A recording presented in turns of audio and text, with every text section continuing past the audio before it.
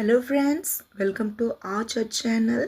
நம்ம சேனலை சப்ஸ்கிரைப் பண்ணாதவங்க சப்ஸ்கிரைப் பண்ணுங்கள், லைக் பண்ணுங்கள், ஷேர் பண்ணுங்கள்.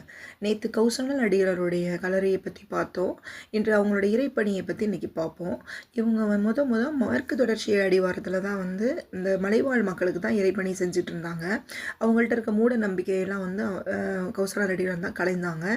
ஒரு இன்சிடென்ட் சொல்கிறேன். அவங்க காணிக்கை எப்படி மலைவாழ் மக்கள்லாம் கொடுப்பாங்கன்னா, அவங்க கையை அறுத்து அந்த ரத்தத்தை பீடத்தில் வைப்பாங்களாம். இதெல்லாம் செய்யக்கூடாதுன்னு சொல்லி ஃபாதர் கௌசானல் சொல்லி அவங்களுக்கு நிறைய இசைக்கருவிகள்லாம் வாங்கி கொடுத்து பாடல்கள் மூலமாக நம்ம கடவுளை துதிக்கலாம்னு சொன்னாங்க. அதெல்லாம் ஏற்று அவங்க இன்னும் கூட இப்போ கூட மலைவாழ் மக்கள் அவ்வளோ அழகாக பாடுறாங்கன்னா அதுக்கு காரணம் ஃபாதர் கௌசானல் தான். கல்வி அறிவியலில் சிறந்திருக்காங்கன்னா அதுக்கு காரணம் ஃபாதர் கௌசானல் அடிகளார் தான். நிறைய கல்வி நிறுவனங்கள் எல்லாம் முள்ளிக்குளம், வடகன்குளம் பகுதியிலலாம் ஏற்படுத்தினார். இவர் பங்கு தந்தையாக வடகன்குளத்தில் இருக்கும் பொழுது நிறைய மாற்றங்களை அவங்க செஞ்சாங்க.